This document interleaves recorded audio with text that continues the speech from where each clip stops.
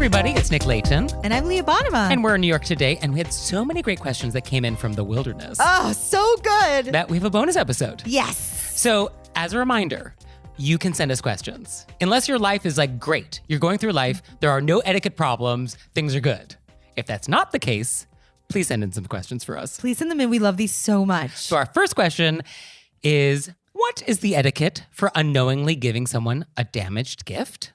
I'm a bridesmaid for my cousin's wedding. I got her a gift for her shower, which was held 2 months ago. And as far as I knew, all was well. So I was quite surprised to receive a text last week from the bride telling me that the gift was damaged. The gift receipt has also been unfortunately thrown away. Should the bride-to-be have checked her gift sooner, or am I in the wrong? She briefly mentioned it at a recent family gathering, and it was awkward. Any help would be appreciated. I'm making a face. Yeah, Leah's making a very, very sad, confused face. I want to say up top, people have so much stress about weddings. Yes. There's so much around it. Mm-hmm. And it's just supposed to be a celebration, Yes. you know? It sounds like you're coming down on the bride's side.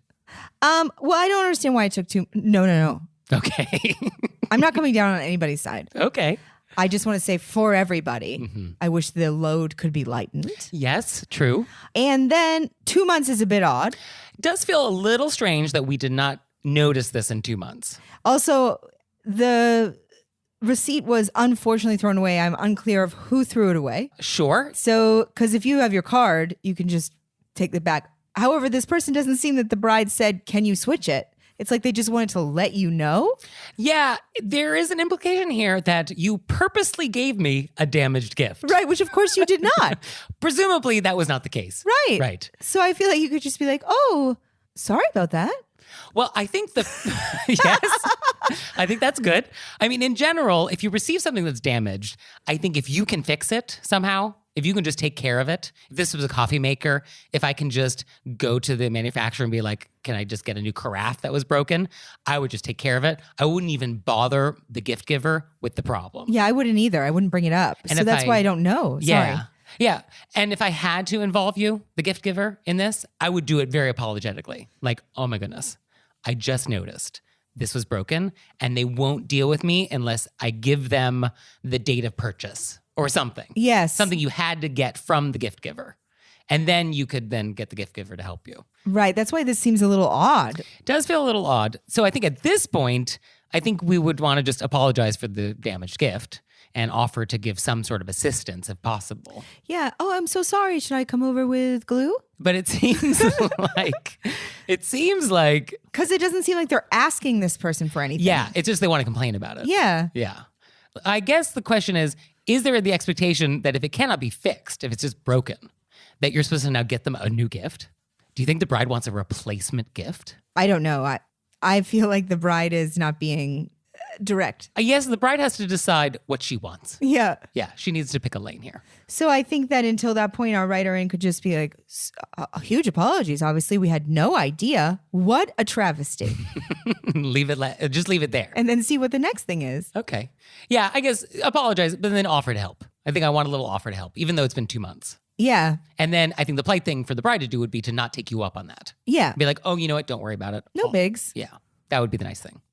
Our next question is it rude to give Starbucks a fake name when I order? I think have fun. I think, be whoever you want to be today. Yeah. Unless it's like a rude or malicious name, then why not? Yeah, like if you're like Seymour Butts.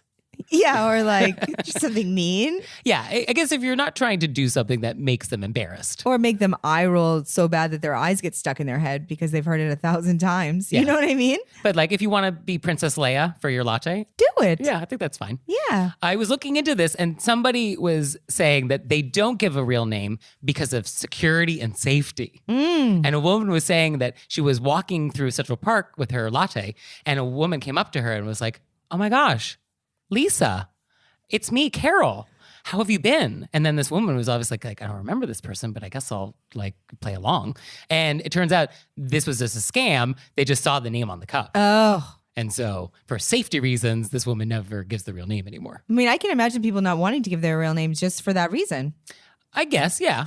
I mean, and also if your name is more difficult or foreign or if somebody just doesn't know how to spell it correctly, I guess it's fine just to give an alternate. Yeah, I mean, my name is very easy. It's never once been spelled correctly on a Starbucks. So there you go. Our next question. Our family is going on a vacation with 3 other families. We're renting a large vacation home in Wisconsin, and we planned a snowshoe and supper club. Parentheses, it's a thing in the Midwest. 2 of the families need an extra bedroom for kids, while the others do not. It's been suggested that we just split the cost of the rental based on the number of bedrooms each family needs. We've traveled with other families in the past and have never done it this way. We've always just split the cost evenly per family. How should it be done? I'd love to supper club. Yeah, I was Googling this. They look very cool. It feels like kind of a roast and cocktails and cozy and a lot of good like starchy sides. Oh, seems. I mean, honestly. Yeah, I'm into it. Yeah, I'm into it. And then B, I think if you could just divide the price by rooms, and then however many rooms you have, you pay. So it is per room. Yeah, that does feel like the most fair thing. Like if this were a hotel, we wouldn't do it any other way. Because arguably you have to buy the space or rent the Airbnb to get extra rooms for the extra people. Right. So you're getting bigger than you would if everybody just had one room. Right. Hypothetically, the cost is higher because we have a larger house. Yeah. So I think you could pay by room and then everybody feels fair. Also, it has been suggested by someone else on this trip that this is how we're doing it. And it sounds like our letter writer is one of the families that needs one of the extra rooms. So because someone else has already thrown down the gauntlet and being like, oh, no, you're going to pay more for your extra kids, I feel like that decision has been made. And there's not really an opportunity to politely relitigate this question. Like it has been decided that this group of people wants to do it this way. Right. And so I think you have to just go along with that. But I also think it's fair. I think it's also fair too. Yeah. Yeah. So there's that. Our next question from Wisconsin to Alaska. Quote, I'm going on a trip with my class to Alaska this summer. And even though there is a no fraternization rule in place, on previous trips, it has always been broken and the chaperones take no action. Usually the people doing these things are the ones I'm stuck in close quarters with, like on an airplane or in a van, and they start getting very heavy on the PDA. How do I politely tell people that I'm not extremely close to, which are practically strangers, to please cut the PDA? So first of all, let's explain what PDA is to maybe people who don't know. PDA is public displays of affection. And so this is maybe kissing, some heavy petting, aggressive snuggling. Yep. Okay. Aggressive snuggling. Aggressive snuggling. Yep. So probably kissing noises. There may be some noise factor. Yeah. Yeah. So do you have advice for this person? I was really looking forward to how you were going to answer this. Okay. So I think the first thing we want to do, identify the potential perpetrators early in the trip. So be like, okay, Lisa and Chad, they're getting close. They're going to be a problem. We're going to keep an eye on them. And then you also want to establish very early that you get queasy on airplanes and cars and need to sit up front if possible. You do not need to explain that the queasiness comes from the PDAs. It does not come from the vehicle. And then what you want to do is say, because of my queasiness, I need to sit up front ahead of the people who are having the PDAs. And so you cannot see them. You're not looking at them. They're behind you. So I think this would be our ideal situation. I knew you would have a plan. But if for some reason you are now stuck next to these people on the van, I think you can politely say like, hey guys, we just like knock it off till we get to Anchorage. I think you could say that. Right. Or the classic line, hey guys, get a room. Right. That's the solid line. Yeah. I think something like that is probably fine. And if they don't sort of tone it down, well then, I don't know. I guess you have to live with it. Yeah, I don't think you can. I mean, you could make some really wild, aggressive movements and break up their momentum. Such as what? Can you demonstrate this? like a cough that kind of it moves into like an arm twitch. Oh. Sort of smacks them. Sure. Or it's an idea. You could make some weird, unattractive sort of a something noises. Guttural. Yeah, so they're like, oh, and really ruins the mood. Okay, we're going to put this on the whiteboard. Sure. Okay. Just sort of make it like an unattractive place for PDA. Yeah, although I think that the back of a van on the highway, not an attractive place for PDA. I mean, we've all been there, so that's why I feel like I can't judge this one. Well, from Alaska to Finland, Our next question is, my friend invites me to her birthday party, yet not everyone from my friend group is able to attend because of other obligations. And so the question is, if the people attending the party buy a shared gift, should we ask the people who are not going to the party to join in with the expenses? Or is it their responsibility to say that they want to be part of the group gift and pay their share? So first of all, love that we have fans in Finland. Fantastic. How wonderful. I really have always wanted to go to Finland. It's on my list, so we'll invite ourselves. That would be rude. We're That not is inviting rude, ourselves but to Finland. We're leaving it open for an open invitation. Sure. If you wanted to send us an invitation, we would be happy to accept it. We'd love to do our first live show in Finland. Oh my goodness, Helsinki? Yes. So what do we say No to pressure. No pressure. What do we say to our Finn friend? I think that if you want to invite your friends to participate in the gift, just send an email saying, we're getting this gift. If you guys want to participate in it, this is how much it costs. This is how much it would be each. I think you should let them know that a group gift is happening. Yeah. I think you don't keep that information from them. I don't think it's their responsibility to like come up with this concept and ask you if it's happening. But I think if they want to join, then that's great. And if they don't, then that's also fine. Yeah. I don't think they get to sign the card if they're not joining. So I don't think they have that option. Oh, yeah. If they don't put in for it, they don't sign a card. Right. I'm just covering that base because I feel like that's the follow-up sometimes to this issue. The idea that somebody would think they could sign a card without putting in for it would blow my mind. Oh, this happens. This happens. I can't. Oh, let me just get in on that. Yeah. Yeah. So I think that's easy. Yeah. Yeah. So our next question came to us through our voicemail. This was so sweet. So here it is. Hello, Nick and Leah. First off, this is Shannon from Portland, Oregon, and I am obsessed with your podcast. And now my 9-year-old son, Dino, is also obsessed. And so we just listened to the last podcast about tipping, and Dino has an etiquette question. Go. If you go to like a fancy restaurant that's like $100, and after it you give them a $1 tip, is that mean? So I informed Dino that I thought it was very rude, and he said, isn't it better than nothing? And so we would like you to weigh in. Thank you so much. Well, Dino is clearly not being raised by wolves. No, Shannon, we love you so much. Yes. And we love you, Dino. Yeah.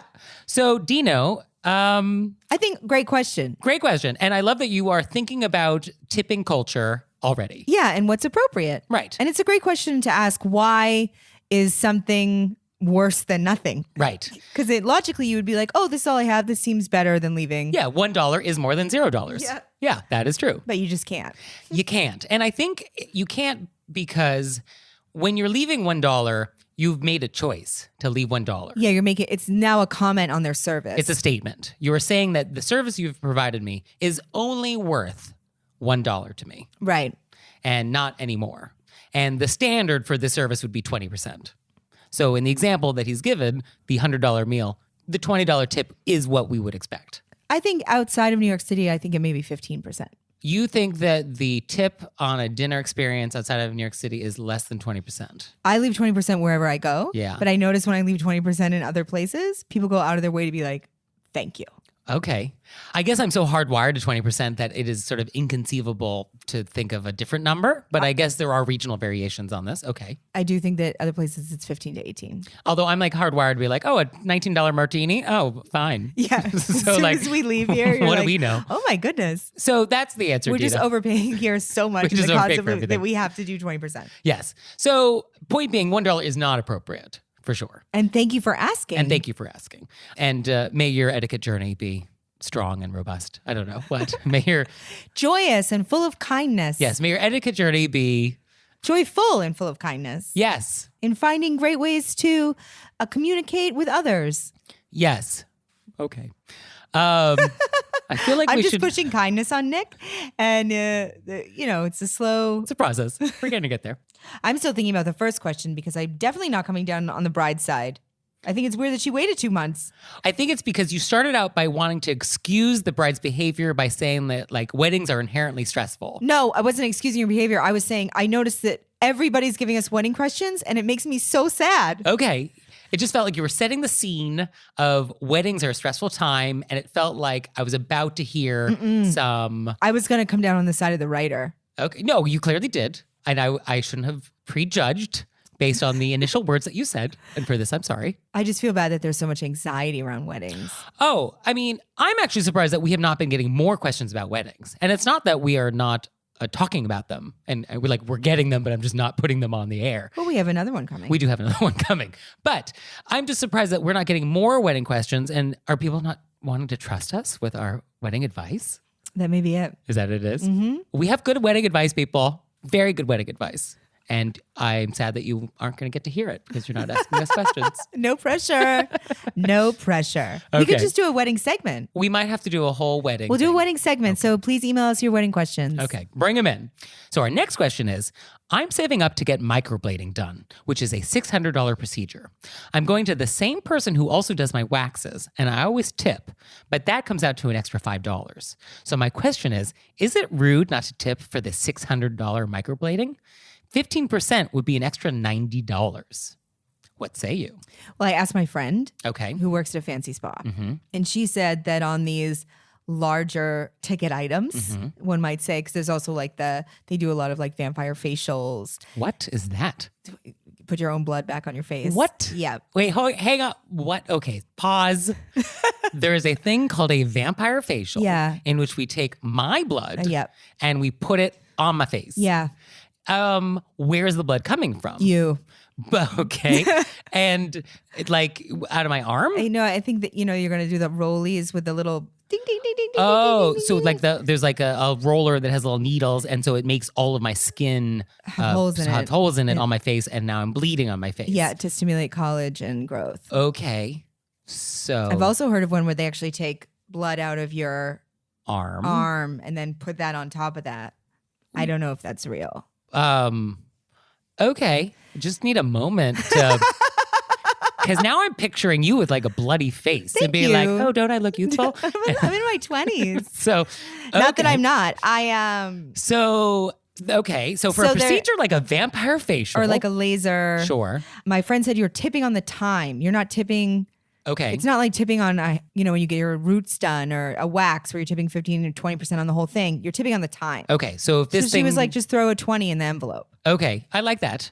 So first of all, I didn't know what microblading was, so I have researched this. And so for anybody out there who does not know, I guess it's a semi-permanent tattooing that you do on your eyebrow. Yeah. So if you feel like you have light eyebrows or you don't have enough definition or there's not enough shape, it's a temporary tattooey thing or semi-permanent, whatever the difference is.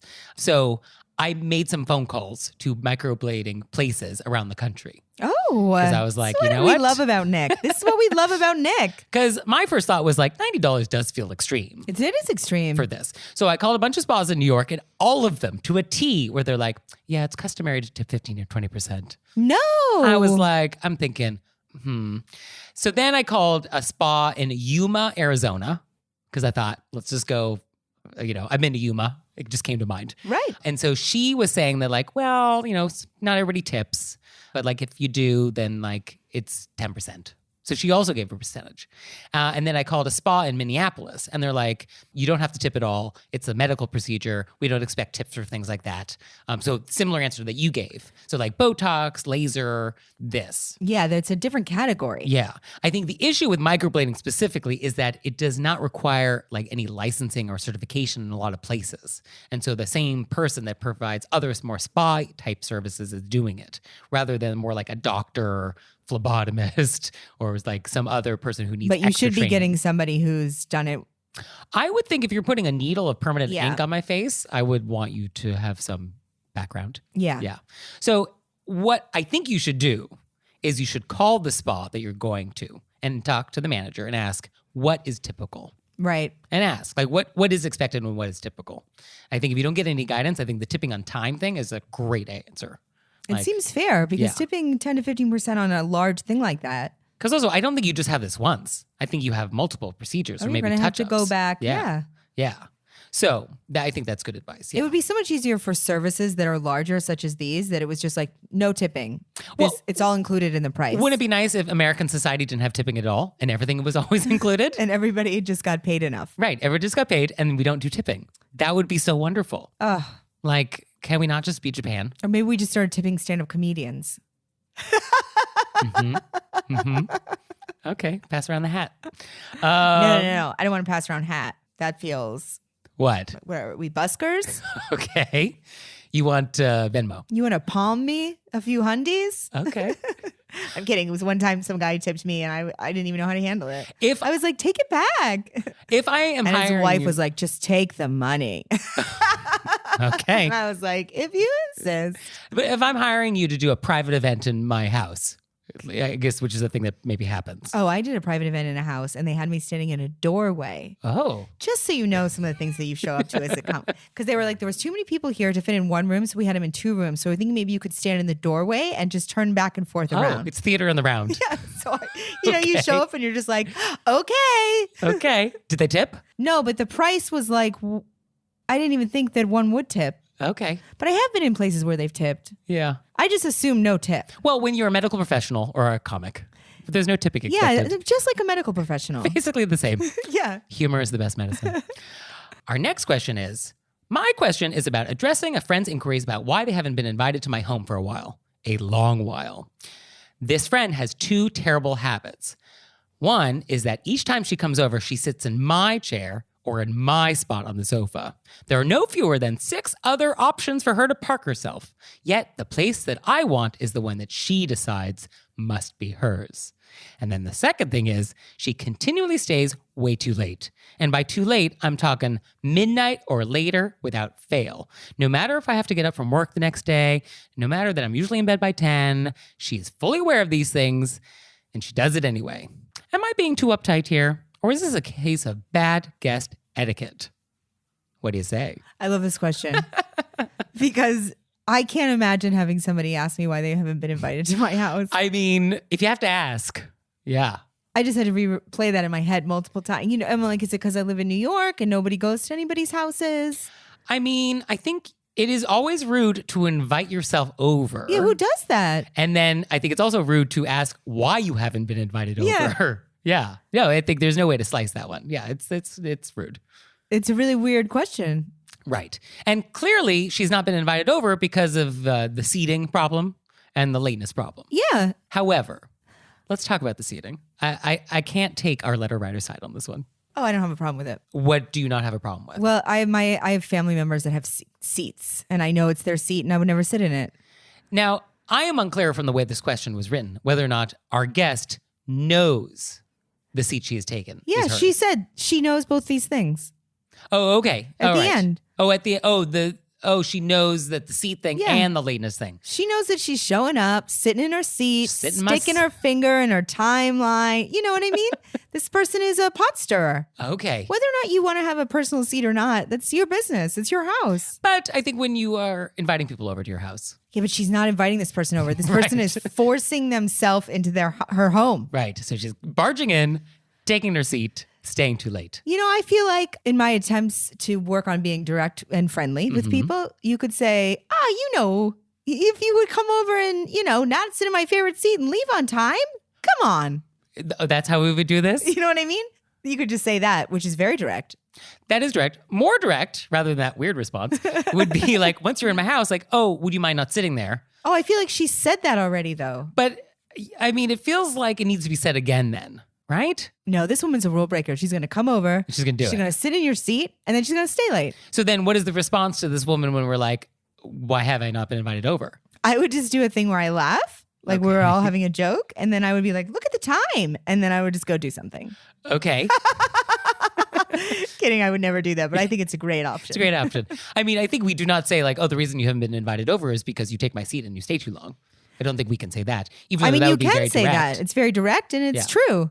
Yeah, but it seems like this is still a friend. So we're trying not to totally burn this bridge. We I just don't know if want I them. feel like this person is really a friend. You think true friends don't steal seats? I think you could say, hey, if you want this person to come over, which I'm getting the vibe that she doesn't. I'm getting a no on that, yeah. But if she did want this person to come over, she could say, hey, if you want to come, here's some days at work, but I need to have this end early because I got to get up early.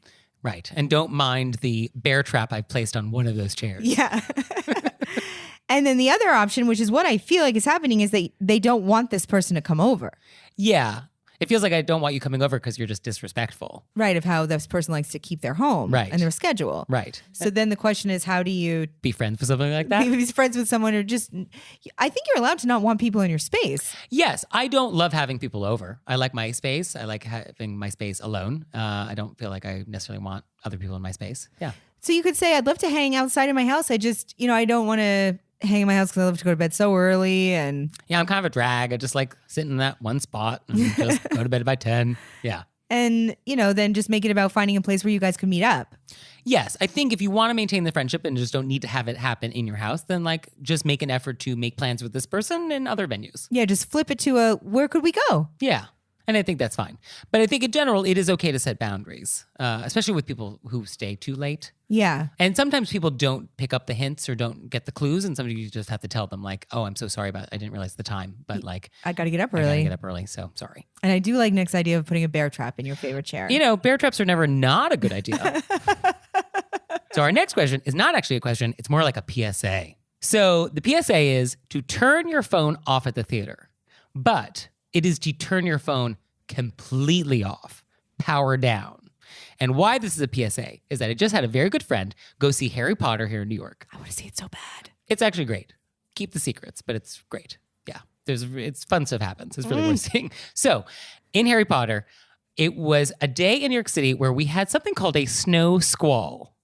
And a snow squall. We got it out in Atlantic City as well. Yeah. So it is basically where a wall of cloud containing snow comes over where you are so rapidly that you have no warning.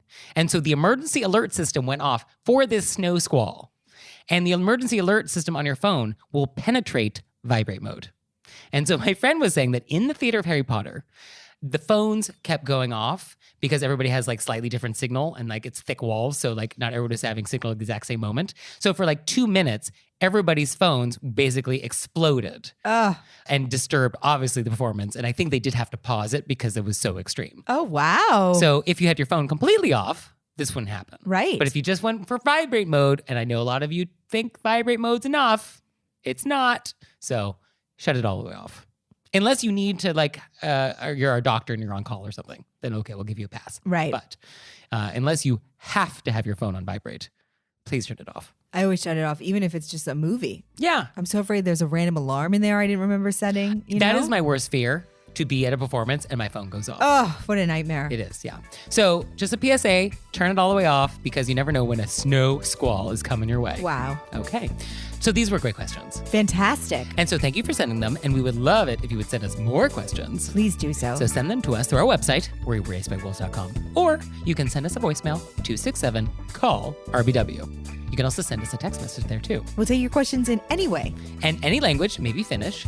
Please. Actually, send us Finnish questions about Finnish weddings. Yes, and then we'll go to Finland. Perfect. So we'll see you next time. Bye.